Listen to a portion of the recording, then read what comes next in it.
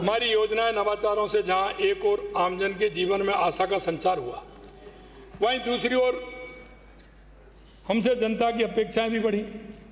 इसी कारण हमें जनप्रतिनिधियों के माध्यम से निरंतर काफ़ी संख्या में प्रस्ताव प्राप्त हो रहे हैं। हम इन प्रस्तावों का संबंधित विभागों से विश्लेषण एवं परीक्षण करवाकर आवश्यक कार्रवाई किए जाने का भरपूर प्रयास करेंगे। इस कड़ी में मैं अब सदन में कुछ घोषणाएं प्रस्तावित कर रहा हूं। माननीय अध्यक्ष जी, हमने बजट में मिसिंग लिंक के लिए 600 करोड़ रुपए, नॉन पेचेबल सड़क के लिए 1400 करोड़ रुपए की घोषणा की थी। अब मैं मिसिंग लिंक सड़कों के लिए 500 करोड़ रुपए की अतिरिक्त का प्रावधान किए जाने की घोषणा की। प्रदेश में विभिन्न सड़कों की मरम्मत उन्नयन के लिए 900 करोड़ रुपए से अधिक की लागत से करवाए जाने वाले प्रस्तावित कार्य मैं सदन की सूची पर यह रख रहा हूँ।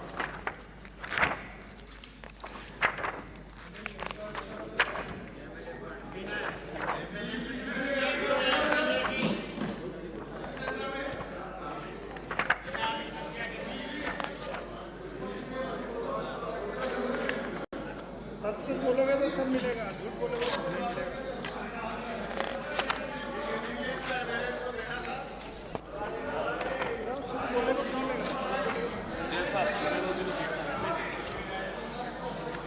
सच बोलोगे तो नहीं मिलेगा। अरे भाई, ना तो इसमें कुछ लगा है।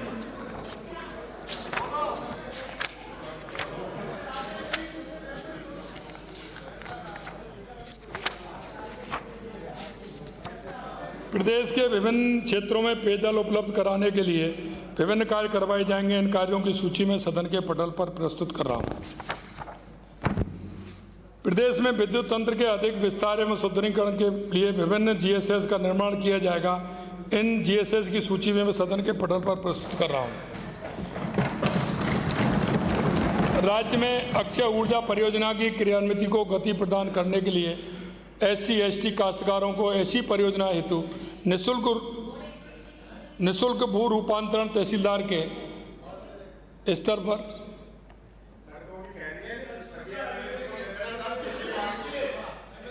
आपने कहा था सभी विधायकों को देंगे, तो मिसिंग लिंक और पेचेबल नॉन पेचेबल जो है सबको बांट दो। तो मुख्यमंत्री जी सक्षम है, आप बीच में क्यों खड़े होते हो? अरे सीएम साहब खड़े भाई बोल रहे हैं। भू रूपांतर अरे मुख्यमंत्री जी खड़े। तहसीलदार के स्तर पर करने की व्यवस्था अच्छे परिणाम सामने आए।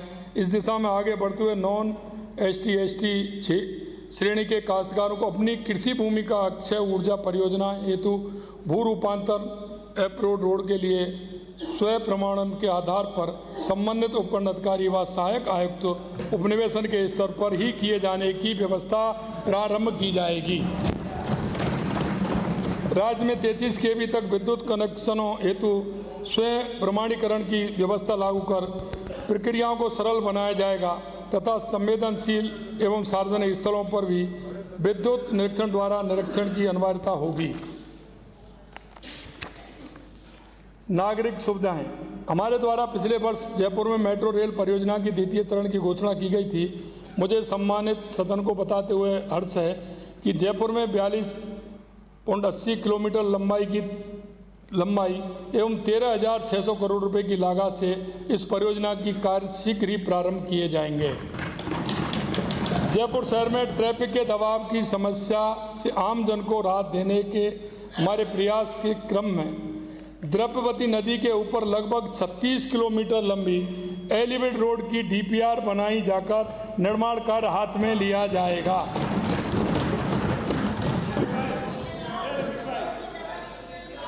प्रदेश के विभिन्न क्षेत्रों में विकास कार्य करवाए जाएंगे। इन कार्यों की सूची सदन के पटल पर रख रहा हूं। राज्य के शहरी क्षेत्रों में लोगों को आसानी से घर उपलब्ध करा सकें, इसके लिए मुख्यमंत्री जन आवास योजना की समीक्षा कर नवीन प्रोग्रेसिव पॉलिसी लाई जाएगी। राज्य के शहरी क्षेत्रों में TDR पॉलिसी 2010 के तहत संतोषप्रद प्रगति नहीं हुई। इसे ध्यान में रखते हुए अन्य राज्यों की TDR पॉलिसी का अध्ययन कर वर्तमान परिस्थितियों के अनुरूप नवीन TDR पॉलिसी लाई जाएगी। राज्य के प्रमुख शहरों में वर्टिकल ग्रोथ को बढ़ावा देने के लिए वर्तमान में उपलब्ध अग्निशमन सीढ़ी की ऊंचाई तक भवन की ऊंचाई अनुमति करने के स्थान पर नेशनल बिल्डिंग कोड के अनुसार अग्नि सुरक्षा के प्रावधान रखते हुए निर्माण करने पर भवन नियमों के अनुसार देय ऊंचाई अनुमति की जाएगी। संभाग मुख्यालयों पर अन्य बड़े शहरों तथा भीलवाड़ा, अलवर आदि सुनियोजित विकास को बढ़ावा दिए जाने की दृष्टि से आगामी वर्ष 20 टाउन प्लानिंग योजनाएं लाई जानी प्रस्तावित है। शहरी क्षेत्रों के लिए उपनगरीय सेवाओं तथा ग्रामीण क्षेत्रों के लिए अंतिम छोर तक पहुंच बेहतर किए जाने के उद्देश्य से 1000 नए परमिट जारी किए जाएंगे। साथ ही रोडवेज हेतु 300 नवीन बसें क्रय की जाएंगी। भिवाड़ी में जल भराव की समस्या निराकरण के लिए भारत सरकार हरियाणा सरकार के सहयोग से 150 करोड़ की लागत की कार्य कराए जाने प्रस्तावित है। आम जन की स्थानीय स्तर पर आवश्यक सुविधाएं उपलब्ध हो सकें, इस दृष्टि से पंचायत राज संस्थाओं तथा नगरीय विकास को राज्य वित्त आयोग की अनुशंसा के अनुरूप सशक्त करने के साथ ही आगामी वर्ष 9,200 करोड़ रुपए से अधिक की राशि उपलब्ध कराए जाने की घोषणा करता हूं। औद्योगिक विकास पचपदरा में प्रदेश की पहली रिफाइनरी पूर्णतः की ओर अग्रसर है।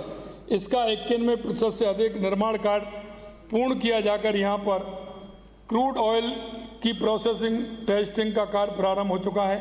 यहां एनएसलरी यूनिट्स विकसित करने के लिए राजस्थान पेट्रो जोन स्थापित किया गया है। रिफाइनरी तथा इसकी एनएसलरी यूनिट में कार्य करने के लिए स्थानीय युवाओं के कौशल विकास हेतु बालोतरा जिले में कौशल विकास हब विकसित किए जाने की घोषणा करता हूं। औद्योगिक क्षेत्रों में पेयजल की सुविधा हेतु आगामी वर्ष 200 करोड़ तथा प्रकाश व्यवस्था, बिजली के तारों की शिफ्टिंग व भूमिगत करने के लिए 100 करोड़ रुपए व्यय किए जाएंगे। सरकार द्वारा नियोजित ऐसे औद्योगिक क्षेत्र जिनका विकास, रखरखाव एवं नियंत्रण अभी तक रीको को हस्तांतर नहीं किया गया है, उन्हें बेहतर प्रबंधन के लिए रीको को हस्तांतरित किया जाना प्रस्तावित है।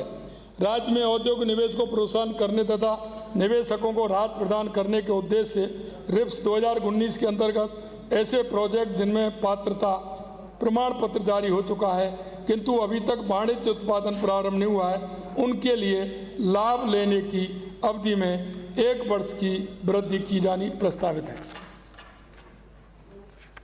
राज्य से निर्यात को प्रोत्साहन करने तथा औद्योगिकों में आधुनिक तकनीक को बढ़ावा देने के उद्देश्य से राजस्थान एक्सपोर्ट प्रमोशन पॉलिसी 2024 के अंतर्गत तकनीकी उन्नयन हेतु दी जाने वाली अधिकतम अनुदान राशि 50 लाख रुपए से बढ़ाकर 1 करोड़ रुपए की जानी प्रस्तावित है। हमारे द्वारा बजट में नवीनीकरण ऊर्जा उपकरणों का उत्पादन राज्य में ही प्रोत्साहित करने के लिए एकीकृत सोलर सेल मॉड्यूल निर्माण इकाइयों को रिप्स 2024 के तहत देय लाभ में सम्मिलित किए जाने की घोषणा की गई। इस क्षेत्र में निवेश को और प्रोत्साहित करने के लिए अब केवल मॉड्यूल बनाने वाली औद्योगिक इकाइयों को भी रिप्स के अंतर्गत लाभ दिया जाना प्रस्तावित है। दुकान एवं वाणिज्य प्रतिष्ठान अधिनियम के तहत पंजीकृत संस्थानों को 24 घंटे खोले जाने की अनुमति दिया जाना प्रस्तावित है। युवा विकास एवं कल्याण, हमारी सरकार युवाओं के उज्जवल भविष्य व रोजगार के लिए प्रतिबद्ध है। पिछली सरकार के कार्यकाल में युवाओं के भविष्य किए गए खिलवाड़ के फलस्वरूप भर्ती परीक्षाओं में पेपर लीक के मामले सामने आए हैं। इस संबंध में करीब 33 मामलों में 615 से ज़्यादा गिरफ्तारी की गई तथा अधिकांश मामलों में एसओजी द्वारा जांच की जा रही है। हमने 4 लाख भर्तियों के संकल्प को पूरा करने की दिशा में जहां सरकारी क्षेत्र में 1 लाख से अधिक नियुक्तियां दी हैं, वहीं निजी क्षेत्र में 2 लाख से अधिक रोजगार के अवसर सृजित किए हैं।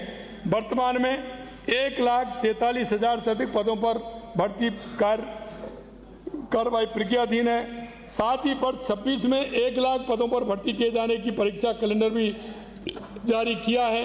अब मैं आगामी वर्ष हेतु 1 लाख पदों के स्थान पर 1,25,000 पदों पर भर्ती के लिए कैलेंडर जारी करने की घोषणा करता हूं। युवाओं के गुणवत्तापूर्ण कौशल विकास तथा अंतर्राष्ट्रीय मानकों के अनुरूप प्रशिक्षण के लिए जयपुर में Atal Bihari Vajpayee global centre for advance skilling की स्थापना 450 करोड़ की लागत से की जानी प्रस्तावित है। प्रदेश में स्कूली एवं उच्च एवं तकनीकी शिक्षा व्यवस्था को और अधिक सुदृढ़ करने की दृष्टि से नवीन संस्थान व विषय प्रारंभ करने तथा भवन निर्माण संबंधी कार्य करवाए जाएंगे।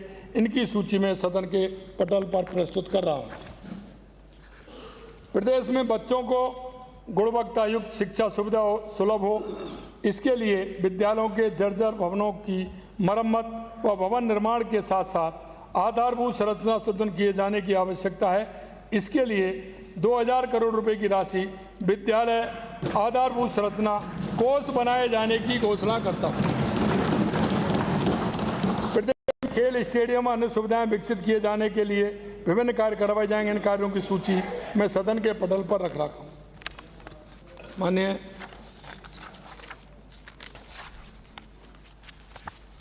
ग्रामीण अर्थव्यवस्था को आत्मनिर्भर एवं समावेशी बनाए जाने के लिए समग्र विकास, रोजगार, सुरक्षा, आजीविका संवर्धन आवश्यक है।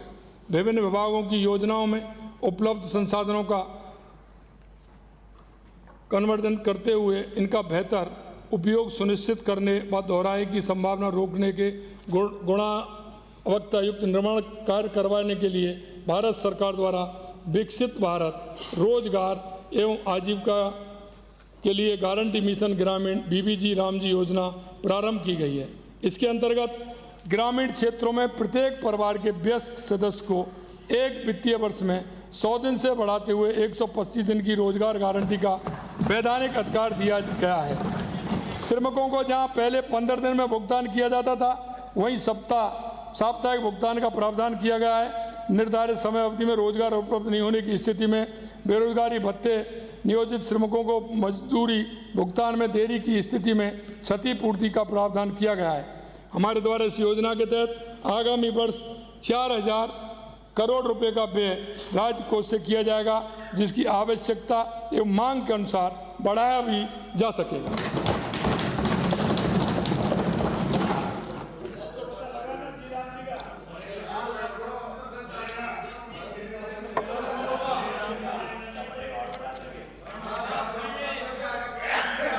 हमारी सरकार नागरिकों के समावेशी सामाजिक विकास एवं सामाजिक सुरक्षा प्रदान करने के लिए प्रतिबद्ध है। इसी भावना के साथ विशेष योगजन, वृद्ध, विधवा, एकल नारी, लघु सीमांत कृषकों को देय सामाजिक सुरक्षा पेंशन में आगामी वर्ष 150 रुपये की बढ़ोतरी करते हुए 1450 रुपये मासिक तक किए जाने की घोषणा करता हूँ। तुम्हारी नहीं बढ़ाऊंगा।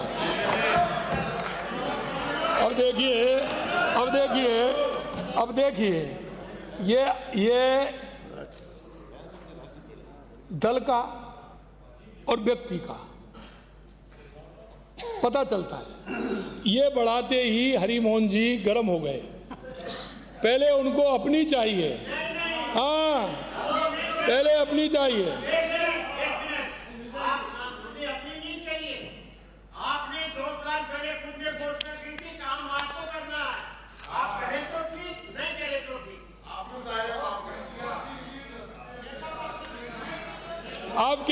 आपके स्वास्थ्य की चिंता हम करेंगे, आपके स्वास्थ्य की चिंता हम करेंगे।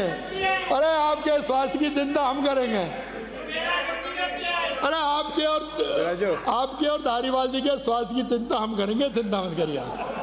क्यों चिंता कर? अरे ब्राजो हो गया। आ रहा हूँ।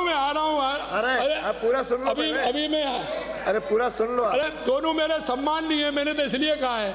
वो अकेले से कहता हूँ तो वो ये कहते मेरे से कह रहे हो, आप भी सम्मान नहीं हो, इसलिए मैंने कहा है कि आपकी और उनकी। अब मैं पारिक जी से भी कह सकता हूँ, लेकिन पारिक जी अभी आपसे छोटे हैं, इसलिए मैं दोनों को कहा है मैंने। आपके हाँ सबकी, वही तो मैं कह रहा हूँ। तो आपका और उनका नाम ले दिया तो क्यों आप धारीवाल जी को ऐसा क्यों कह रहे हो आप? हमारी सरकार सभी वंचित वर्गों को सम्मान देने के लिए प्रतिबद्ध है। आगामी वर्ष दिव्यांगजन को आवश्यक सहायता उपलब्ध कराने की दृष्टि से अब वकालत करते हैं, लेकिन कभी इनका सहयोग नहीं किया आपने। आप जब बात आती है तो कहते हैं मेरे परिवार के हैं। अरे परिवार की कभी चिंता की है क्या? क्योंकि आपको तो आवश्यकता नहीं है, इसलिए आप चिंता नहीं करते हैं परिवार की, इसलिए उस आपके परिवार की चिंता हम कर रहे हैं। इसलिए इस दृष्टि से 25,000 दिव्यांगजनों को विभिन्न उपकरण उपलब्ध कराने के साथ ही 2,500 दिव्यांगजनों को निःशुल्क स्कूटी दिए जाने की घोषणा करता हूं। भवन एवं अन्य सन्निर्माण श्रमिक कल्याण मंडल द्वारा संचालित हिताधिकारी की सामान्य अथवा दुर्घटना में मृत्यु या घायल होने की दिशा में सहायता योजना के अंतर्गत देय राशि में से 50% राशि सावधि जमा में विनियोजित की जाती है।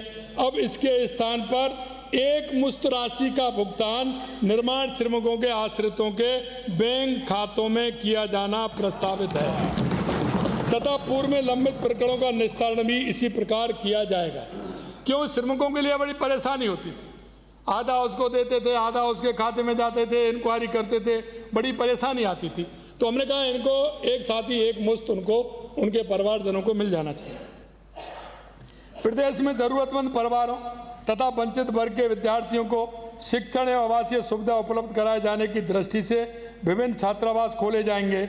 इन छात्रावासों की सूची मैं सदन के पटल पर प्रस्तुत कर रहा हूं।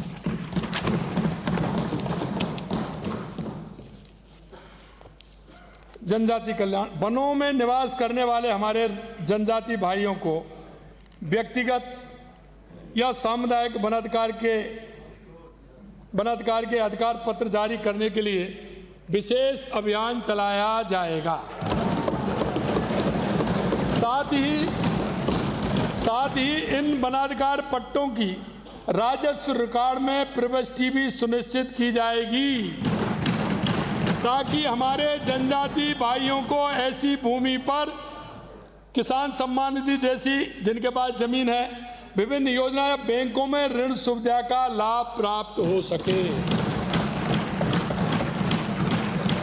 फसलों के उत्पादन में बीज की किस्म एवं गुणवत्ता की महत्वपूर्ण भूमिका की दृष्टि से 8,50,000 जनजाति कृषकों को 85 करोड़ रुपए का व्यय किया जाकर निःशुल्क संकर मक्का बीज मिनी किट उपलब्ध कराया जाएगा। जनजाति क्षेत्र के युवाओं महिलाओं को स्वरोजगार से जोड़ने के लिए स्वनिधि योजना अंतर्गत उन्हें चिन्हित कर ऋण उपलब्ध करवाने हेतु विशेष अभियान चलाया जाएगा। साथ ही आगामी वर्ष में जनजाति क्षेत्र के 5,000 युवाओं को अपना उद्यम स्थापित करने के लिए मुख्यमंत्री युवा स्वरोजगार योजना के अंतर्गत ब्याज मुक्त ऋण उपलब्ध कराया जाएगा।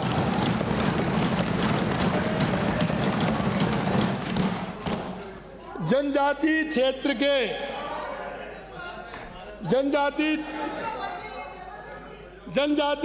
के अरे भाई उनको बजाने में वो बजा रहे बेचारे, तो तुमको क्या दिक्कत हो रही है? अरे भाई नहीं, उधर दिक्कत कुछ नहीं हो रही है। अगर वो कह भी रहे हैं तो वो उनसे विचारों से उनकी मांग है, उसको कह रहे हैं। उनकी मांग थी क्या नहीं थी भाई? अरे मांग थी क्या नहीं थी? माननीय अध्यक्ष जी, अरे ब्राजो, फिर वो भी खड़े हो जाएंगे। अरे माननीय रामकेश जी, फिर वो भी सब खड़े हो जाएंगे। माननीय अध्यक्ष जी, अब आपने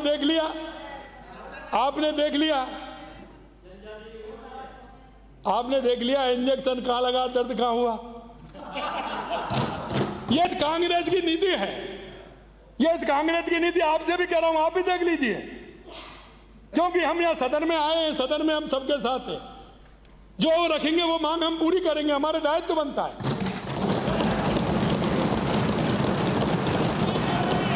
लेकिन दर्द कहाँ हुआ है ये देख लीजिए। क्यों? मैं माननीय अध्यक्ष जी, इन लोगों ने हमेशा सभी का शोषण करते हुए काम किया है। इन्होंने वोटों की राजनीति की है। हम वोट की राजनीति नहीं करते, हम जनता, राजस्थान की जनता का काम करते हैं। माननीय सचेतक महोदय ब्राजो, हम माननीय ये बहस का मुद्दा नहीं है, ये बहस का आज दिन नहीं है, ये बहस का दिन नहीं है। माननीय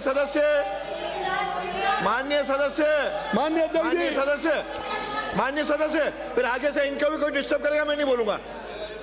एक बात बताओ, मैंने कुछ क्या कहा? मौका था, बोलिए।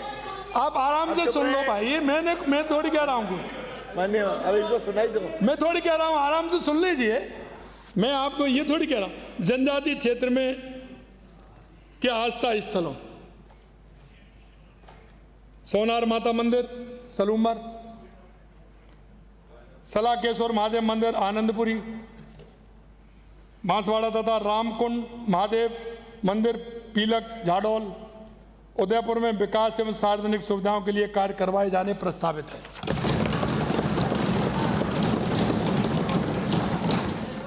कोटा बूंदी उनका तो हो रहा है, उनका तो पहले ही हो गया, उनका तो अभी उनका तो जल्दी ही शिलान्यास होने वाला है, पूरा बन गया, उनका मॉडल भी बन गया, वो होने वाला है जल्दी। कोटा बूंदी जिले में 3 नए उप स्वास्थ्य केंद्र खोले जाने के साथ ही 3 उप स्वास्थ्य केंद्रों को आयुष्मान आरोग्य मंदिर तथा 3 प्राथमिक स्वास्थ्य केंद्रों को सामुदायिक स्वास्थ्य केंद्रों में क्रमबद्ध किया जाएगा। प्रदेश में चिकित्सा सुविधाओं के विस्तार हेतु चिकित्सा संस्थानों की स्थापना, क्रमोन्नयन, बेड क्षमता वृद्धि एवं भवन निर्माण संबंधी विभिन्न कार्य करवाए जाएंगे। इन कार्यों की सूची में सदन के पटल पर रख रहा हूं। प्रदेश के कोने कोने में निवास करने वाले परिवारों को आधारभूत सुविधाएं उपलब्ध करवाना हमारी सरकार की प्राथमिकता है। इस हेतु हमारे द्वारा आगामी वर्ष की कार्य योजनाओं में सड़क, पेयजल, शिक्षण, चिकित्सा संस्थानों के उन्नयन के लिए विभिन्न प्रावधान किए गए हैं। इसी क्रम में आमजन एवं माननीय जनप्रतिनिधियों से मुझे अनेकों प्रस्ताव प्राप्त हुए हैं। इन आवश्यकताओं की पूर्ति की दृष्टि से मैं आगामी वर्ष आधारभूत संरचना के निर्माण एवं मरम्मत हेतु 1500 करोड़ रुपए के अतिरिक्त प्रावधान की घोषणा करता हूं। पर्यटन एवं कला संस्कृति, हम विकास के साथ अपनी विरासत के संरक्षण के लिए भी प्रतिबद्ध हैं। मैं जनभावनाओं को देखते हुए माउंट आबू का नाम आबूराज, माउंट आबू का नाम आबूराज और जहाजपुर का नाम यज्ञपुर, जहाजपुर का नाम यज्ञपुर तथा कामा का नाम कामवन करने की घोषणा करता हूं। अपने प्रेरणा एवं श्रद्धा स्रोतों की स्मृति को जीवंत किए जाने की दृष्टि से झालामंड जोधपुर में श्री यादे पैनोरमा तथा नागाड़ा बालोत्रा में नागड़ेची या माता के पैनोरमा मनाए जाने की घोषणा करता हूं। प्रदेश के प्रत्यक्ष प्रभार वाले मंदिरों के विकास कार्य तथा अन्य सुविधाओं के लिए 100 करोड़ रुपए व्यय किए जाना प्रस्तावित है। प्रदेश में पर्यटन सुविधाओं के साथ साथ धार्मिक स्थलों के विकास संबंधी विभिन्न कार्य करवाए जाएंगे। इन कार्यों की सूची में सदन के पटल पर रख रहा हूं। प्रदेश में सिंचाई सुविधाओं से संबंधित विभिन्न कार्य करवाए जाने प्रस्तावित हैं। इन कार्यों का विवरण सदन के पटल पर रख रहा हूं। हमने संकल्प पत्र में किसान भाइयों को आर्थिक संबल प्रदान करने के उद्देश्य से गेहूं की फसल को न्यूनतम समर्थन मूल्य एमएसपी 2700 रुपये प्रति क्विंटल पर खरीदने का संकल्प लिया था। अब मैं आगामी वर्ष गेहूं के न्यूनतम समर्थन मूल्य एमएसपी के ऊपर प्रति क्विंटल 150 रुपये बोनस देते हुए 2735 रुपये प्रति क्विंटल पर गेहूं खरीदने की व्यवस्था किए जाने की घोषणा करता हूं। माननीय अध्यक्ष जी, एक बात मेरे को माननीय प्रतिपक्ष के नेताजी ने कहा, मेरे को ध्यान आता है, आपने कहा था कि आपने ये कहा गेहूं। देखिए, मैंने ये तो कहा है कि गंगानगर हनुमानगढ़ हमारा गेहूं का कटोरा है, अन्न का कटोरा है। मैंने ये कहा कि पूरे देश के अंदर अगर एमएसपी पे सबसे ज़्यादा मूल्य अगर हमारा है तो वो राजस्थान का सबसे ज़्यादा है। मैंने ये नहीं कहा कि राजस्थान सबसे ज़्यादा खरीद रहा है, मैंने कहा हमारा दर 2700 कहीं नहीं है। इसलिए मैंने कहा आज भी आप देख लेना और जगह की, अगर अभी कहीं बड़ी हो उसमें तो कह नहीं सकता, लेकिन जब हम गेहूं खरीद रहे थे तो राजस्थान सबसे महंगा गेहूं एमएसपी पर ले रहा था, ये मैंने कहा था। और ये नहीं है तो आप देख लीजिए।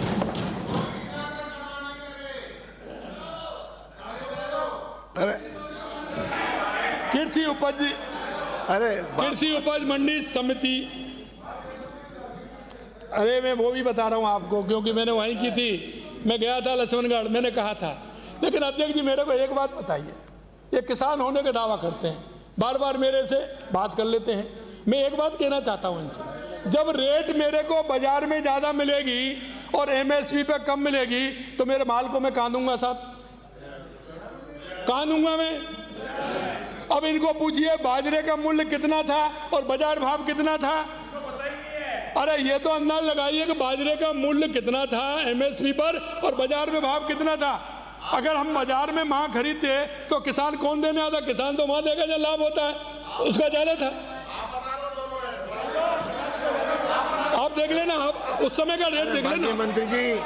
माननीय मंत्री जी, कृषि उपज मंडी समितियों के प्रभावी पर्यवेक्षण एवं नियंत्रण की दृष्टि से कृषि विपणन के खंडों का पुनर्गठन करते हुए पाली, प्रतापगढ़, भरतपुर एवं बारा के में खंड कार्यालय खोले जाएंगे जहाँ ज़्यादा बड़ी मंडी है।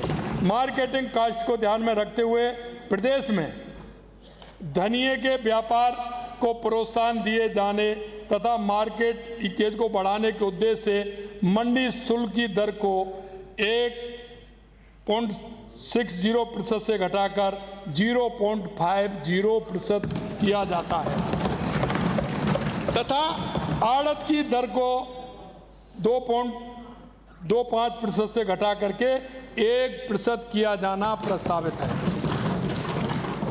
प्रदेश में पशु पालकों को पशु चिकित्सा संस्थानों की सुविधाओं को समुचित लाभ मिले, इसके लिए विभिन्न पशु चिकित्सालयों संस्थानों खोले में क्रमोन्नत किए जाएंगे तथा डेयरी प्लांट स्थापित किए जाएंगे। इन संस्थानों की सूची में सदन के पटल पर रख रहा हूं। मुझे माननीय सदन को अवगत कराते हुए प्रसन्नता है कि जहां हमारी सरकार जनभावनाओं को प्रधानता देते हुए गौ सेवा के लिए प्रतिबद्ध है, वहीं संयुक्त राष्ट्र संघ द्वारा भी वर्ष 2026 को अंतर्राष्ट्रीय चारागाह और पशुपालक वर्ष घोषित किया गया है। गौ सेवा और गौ कल्याण को और अधिक गति देने के लिए मैं गौ सेवा नीति 2026 लाने की घोषणा करता हूं।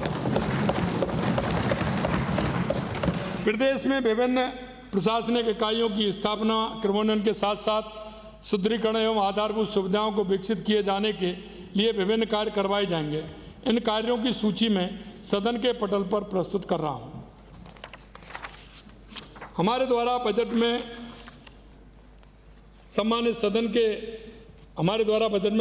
सदन के भवन में विकास कार्य 14 करोड़ रुपए की लागत से कराए जाने की घोषणा की गई थी। अब मैं विधानसभा सभागार के ऊपरी हाल को ऑडिटोरियम बनाने, संग्रहालय के उन्नयन तथा डिजिटल स्क्रीन की स्थापना हेतु 16 करोड़ रुपए का व्यय किए जाने की घोषणा और करता हूं। हमारे विधानसभा एक ही हुआ है अपने गठन का, हमारी विधानसभा अपने गठन का 75वां वर्ष मना रही है। इस क्रम में इस वर्ष अमृत महोत्सव के आयोजन हेतु 3 करोड़ रुपए व्यय करने की घोषणा करता हूं। 5 करोड़ माननीय मुख्यमंत्री। हमारे द्वारा ग्रामीण क्षेत्रों में युवाओं को ज्ञान अर्जन की सुविधा व संबल प्रदान करने तथा आमजन को विभिन्न सरकारी योजनाओं के लाभ प्राप्त करने की सुविधा उपलब्ध कराने हेतु चरणबद्ध रूप से पंचायत स्तर पर 3 हो जाएंगे। 5 करोड़ अध्यक्ष जी कह रहे हैं हो जाएंगे।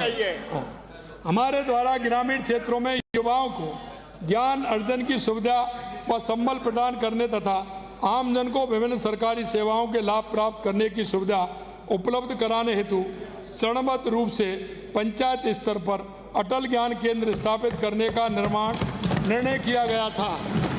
अटल ज्ञान केंद्र स्थापित करने का निर्णय किया गया था। वर्तमान में 1800 से अधिक केंद्रों की स्थापना हेतु वित्तीय स्वीकृति जारी की जा चुकी है। अब मैं आगामी वर्ष 1000 अतिरिक्त अटल ज्ञान केंद्रों की स्थापना किए जाने की घोषणा करता हूँ। अध्यक्ष जी जो कहेंगे वो करेंगे, उसकी चिंता मत करिए। वो तो जितना होगा उतना होगा, जितना उसमें होगा उतना होगा। वो हाँ, 3 कहेंगे 3 करेंगे, 5 4 कहेंगे 5 करेंगे, जो कहेंगे अध्यक्ष जी करेंगे। अरे कह दिया ना, क्यों ये चिंता आपकी थोड़ी है। अरे कह दिया ना, और क्या कहूँगा, कह रहा हूँ ना। कही दिया 5 करोड़। प्रदेश में ग्रास रूट स्तर पर आवश्यकता की पूर्ति के लिए हमारे द्वारा डॉक्टर श्यामी प्रसाद मुखर्जी जिला उत्थान योजना लागू की गई है। विकसित राजस्थान 2047 के अनुरूप योजनाबद्ध विकास किए जाने के उद्देश्य से Rajasthan institute for transformation and innovation रीति के माध्यम से ग्रामीण क्षेत्रों में ग्राम पंचायत स्तर एवं शहरी नगर निकाय क्षेत्रों में जिला स्तर तक के लिए विकास का मास्टर प्लान बनाया जाने की घोषणा करता हूँ। यह 2047 का विजन है जो अभी मैंने कहा था। यह प्रदेश में नहीं, हम ग्राम पंचायत से लेकर निकाय से लेकर के जिले तक इसको लागू करेंगे, जिससे हमारा विजन बने कि हमारे ग्राम पंचायत का विजन क्या हो, हमारे नगर निकाय का विजन क्या हो, हमारे जिले का विजन क्या हो। इसलिए मैं कहना चाहता हूं माननीय अध्यक्ष जी, हमको उसका रोड मैप बनाते हुए पूरी तरह से हम उसकी कैसे योजना बनेगी, कैसे हमारा विकास होगा, इसके लिए मैं आपको कहना चाहता हूँ। माननीय प्रधानमंत्री श्री नरेंद्र मोदी जी द्वारा युवा पीढ़ी को नई डिजिटल विधाओं में पारंगत करने के लिए ऑरेंज इकोनॉमी आधारित संस्कृति और सृजनशीलता के महत्व को रेखांकित किया है। देश में युवाओं को इस दिशा में अधिकाधिक अवसर प्राप्त हों, इस दृष्टि से ऑरेंज इकोनॉमी इंसेंटिव स्कीम लागू किया जाना प्रस्तावित है। आज के युग में एआई व मशीन लर्निंग की उपयोगिता से सभी भली बात परिचित हैं, किंतु इनके स्मार्ट गवर्नेंस में उपयोग हेतु अत्यधिक डाटा के संधारण व प्रोसेसिंग की आवश्यकता होगी। इस दृष्टि से मैं राज्य में एआई एवं क्वांटम कंप्यूटिंग मिशन प्रारंभ किए जाने की घोषणा करता हूं। प्रदेशवासियों के अमन चैन को सुनिश्चित कर कानून व्यवस्था सुदृढ़ करने तथा अपराध नियंत्रण करने हेतु कड़ी एवं तुरंत कार्रवाई करने के लिए हमारी सरकार कटिबद्ध है। इसी क्रम में व्यवस्था को और अधिक चाक चौबंद करने की दृष्टि से थानों व गश्ती दलों को डायल 112-100 से जोड़ते हुए इनके लिए चरणबद्ध रूप से 1250 वाहन तथा 2500 नपरी उपलब्ध कराए जाने प्रस्तावित है। महिलाओं के विरुद्ध सार्वजनिक स्थलों पर छेड़छाड़, घरेलू हिंसा एवं अन्य अपराधों को रोकथाम हेतु कार्यरत कालिका पेट्रोलिंग यूनिट की संख्या के चरणबद्ध रूप से 500 से बढ़ाकर 600 किया जाना प्रस्तावित है। पुलिस विभाग में तकनीकी संवर्ग में उच्च पदों की संख्या सीमित होने के कारण पदोन्नति के पर्याप्त अवसर उपलब्ध नहीं हो पाते हैं। इसे ध्यान में रखते हुए तकनीकी संवर्ग के ऐसे कार्मिकों को पदोन्नति के अवसर उपलब्ध कराने हेतु काडर पुनर्गठन किए जाना प्रस्तावित है। राज्य में महत्वपूर्ण भवनों, संस्थानों यथा राजभवन, विधानसभा, उच्च न्यायालय, मुख्यमंत्री आवास, हवाई अड्डों में औद्योगिक संस्थाओं यथा रिफाइनरी आदि की सुरक्षा में नियोजित किए जाने हेतु विशेष रूप से प्रशिक्षित राज्य विशेष पुलिस बल का गठन किया जाना प्रस्तावित है। पुलिस कार्मिकों के मैस भत्ते की राशि को 2,700 रुपये प्रतिमाह से बढ़ाकर 2,850 रुपये प्रतिमाह किया जाना प्रस्तावित है। हमारे द्वारा 11 फरवरी 2026 को प्रस्तुत किए गए बजट में विभिन्न न्यायालयों में आधारभूत सुविधाएं 200 करोड़ रुपए की लागत से विकसित किए जाने की घोषणा की गई थी। अब मैं इन्हें विकास कार्यों की राशि 200 करोड़ रुपए से बढ़ाकर 450 करोड़ रुपए किए जाने की घोषणा करता हूं। प्रदेश में कानून के साथ साथ न्याय तंत्र के विस्तार एवं सुदृढ़ीकरण के लिए विभिन्न न्यायालय खोले एवं क्रमोन्नत किए जाएंगे। इसकी सूची मैं पटल पर प्रस्तुत कर रहा हूं। वर्तमान में दिव्यांग राज्य कर्मचारियों के लिए पदोन्नति में आरक्षण का प्रावधान 21 अक्टूबर 2021 से प्रभावी है।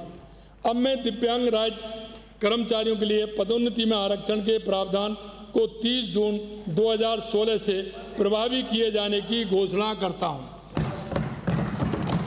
हमारे द्वारा कार्मिकों की विभिन्न समस्याओं पर विस्तृत विवेचन कर सरकार को अनुशंसा किए जाने के लिए एक उच्च स्तरीय समिति के गठन का निर्णय लिया गया है।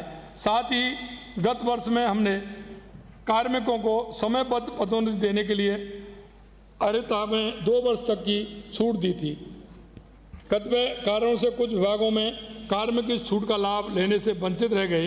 इस कारण आगामी वर्ष आवश्यकता अनुसार ऐसे काडर में छूट देने का प्रावधान किया जाना प्रस्तावित है। राज्य सरकार द्वारा प्रदत्त विभिन्न सुविधाओं को आम जन तक पहुंचाने में मानदेय एवं संविदा कार्मिकों की महती भूमिका है। इस दृष्टि से मैं आंगनवाड़ी कार्यकर्ता, सहायिका, मिड डे मील कुक आदि कार्मिकों को राज्य सरकार द्वारा देय मानदेय में 10% वृद्धि करने की घोषणा करता हूं। पंचायती राज संस्थाओं, पंचायती राज क्या हो गया?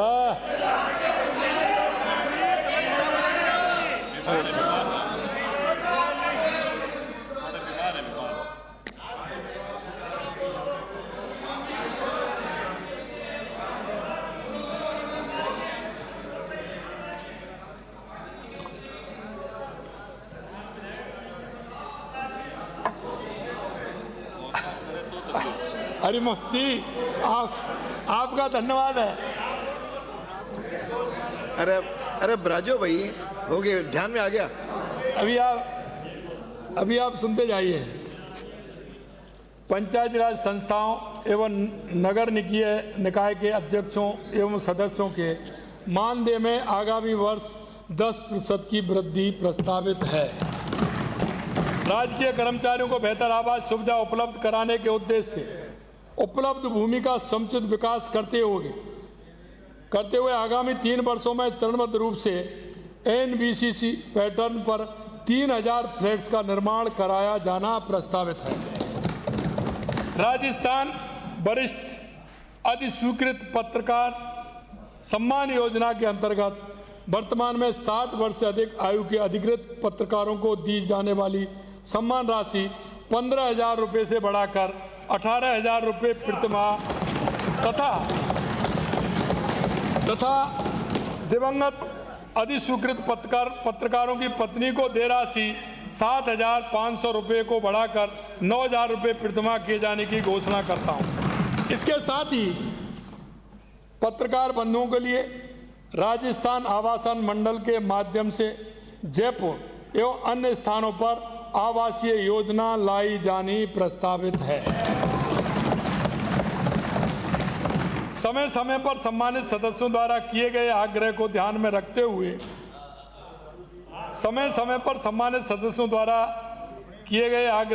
में रखते हुए मैं राजस्थान आवास मंडल के माध्यम से विधायक आवास योजना लाए जाने की घोषणा करता हूं।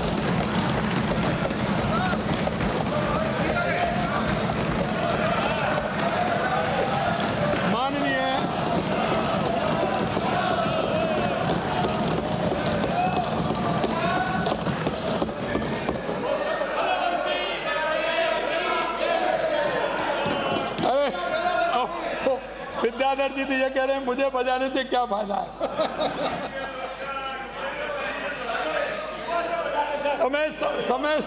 समय पर आप सबकी मांग थी, मैंने पहुंचा दी थी। चलो ठीक, इन सब की ओर से आपको माननीय विधायक अभी और सुनिए ना। अभी और सुनिए ना।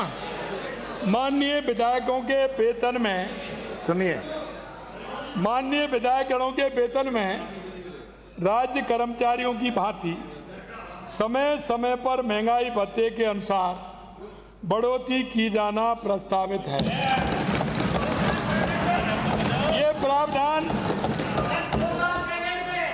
ये प्रावधान आगामी वित्तीय वर्ष से लागू किए जाने की घोषणा करता हूं।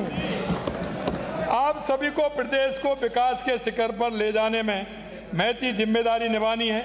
आप जहां जाते हो वहीं आपका ऑफिस हो, इसलिए आप जाते हो जहां ऑफिस हो, आप सभी सदस्यों को एक मोबाइल टैबलेट दिए जा रहा है।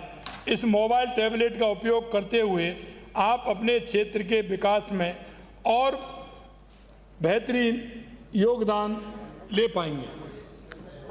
माननीय, इसका उपयोग आप ठीक प्रकार से, क्यों स्क्रीन वाला है इसलिए आपके क्षेत्र की जानकारी पूरी उसमें रहेगी।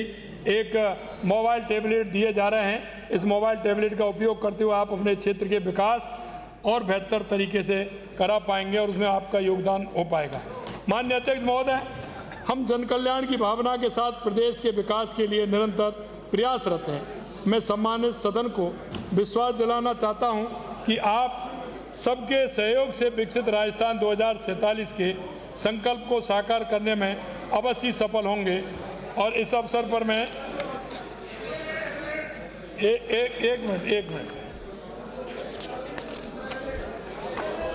एक मिनट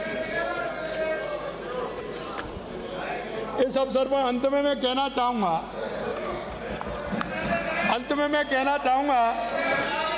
अरे सुनो तो सही, सुनना नहीं है क्या? सुनो। अब मैं अंत में कुछ कहना चाह रहा हूं। फागुन आया, अब फागुन की बात सुन लीजिए। और ब्रजवासी हूँ इसलिए और अच्छा आनंद आएगा आपको, क्योंकि ब्रज की फाग को तो आप जानते ही होंगे। आपने ब्रज की होली अच्छी तरह से देखी होगी, और नहीं देखी तो देख करके आना चाहिए। फागुन आया रंग लाया, फागुन आया रंग लाया, सज का दर्पण संग लाया। आज सदन में रंग बिखरे हैं, सच के चेहरे खुद निखरे हैं। हमने पसीने से रंग घोला, धरती पर विश्वास बोला, जनता के हर एक सपने को मेहनत से आकार पिरोया। पर उधर विपक्ष निराला है, हर मौसम में काला है। होली में भी रंग नहीं, केवल आरोपों का जंजाला है। हम गुलाल विकास की लाए हैं, बेभ्रम धूल की उड़ाए हैं। हम आंकड़ों से बात करें, बेबस शोर मचाए चिल्लाएं। इनकी पिचकारी में पानी कम, ज्यादा केवल हवा भरी है। जब जब सच का रंग चढ़े, इनका नकली रंग झड़े। 2 बरस में काम किया है, धरती ने परिणाम दिया है। मुद्दों में जिनकी पकड़ नहीं, बेबस आरोपों में उलझे रहे। होली है तो सच भी बोले, रंग नहीं अब मुखौटे खोलें। जनता की आंखें तेज बहुत हैं, अब छल के रंग नहीं घोलें। हम पर छींटे कितने मारो, हम उतना ही और निखरेंगे। सेवा का रंग गहरा होता है, ये रंग कभी ना उतरेंगे। फागुन की ये गूंज पुकारे, कर्म ही असली रंग हमारे। जो केवल भाषण रंगते हैं, वक्त उन्हें खुद ही उतारते हैं। आज होली पर इतना कह दूं, रंग बदलना आसान बहुत है, पर जनता का जो रंग चढ़े उसे मिटाना असंभव है। फागुन आया रंग लाया, फागुन आया रंग लाया, सच का दर्पण संग लाया। आज सदन में रंग बिखरे हैं, सच के चेहरे खुद निखरे हैं। हमने एक मिनट एक बार और सुन लो। नहीं अब सुनो ना,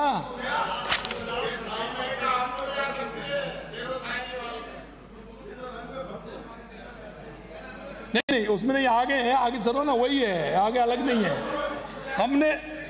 हम पिछली सत्ता का हाल निराला, जनता के हर सपने को मेहनत से आकार परोया, पर पिछली सत्ता का हाल निराला, पेपर लीक का खेल ही काला। मेहनत करती थी युवा पीढ़ी, प्रश्न पत्र बिके, व्यवस्था ढीली, भ्रष्टाचार के रंग चढ़ाए, अपनों ने ही तीर चलाए, आपसी लड़ाई कुर्सी की जंग, जनता रही बेबस देखती दंग।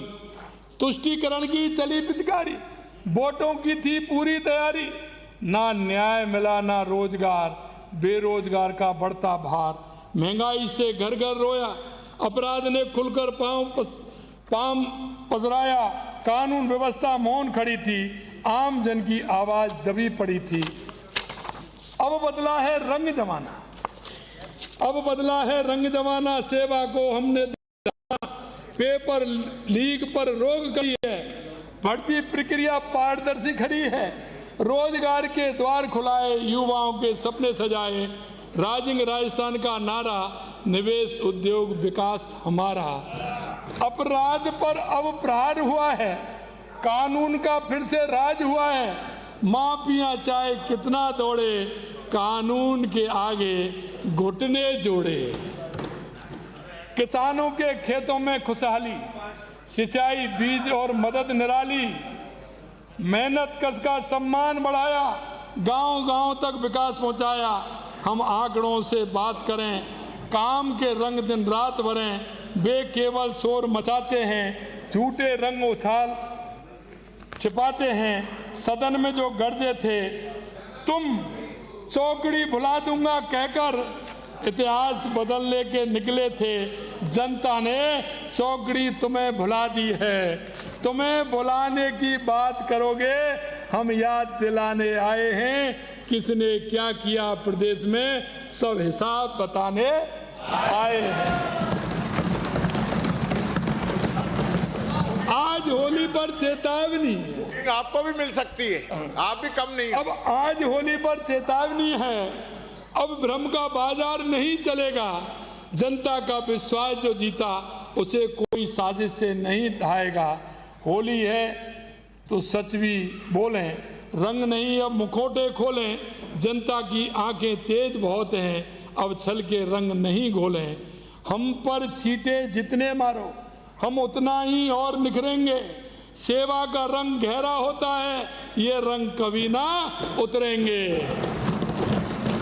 फागुन की ये गूंज पुकारे, करम की असली रंग हमारे, जो केवल पासड़ रखते हैं, वक्त उन्हें खुद ही उतारते हैं।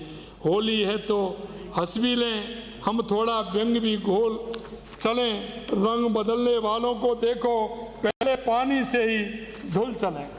माननीय अध्यक्ष जी, जम जाएगा। माननीय अध्यक्ष जी, आज ये वित्त विनियम विधेयक पर चर्चा हुई है। निश्चित रूप से होली का त्यौहार है, इसलिए मैंने होली की एक कविता सुनाई है। आप सभी को होली की बहुत बहुत शुभकामनाएं, बहुत बहुत शुभकामनाएं। अब प्रश्न ये है कि राजस्थान विनियोग संख्या 2 विधेयक 2026 को पारित किया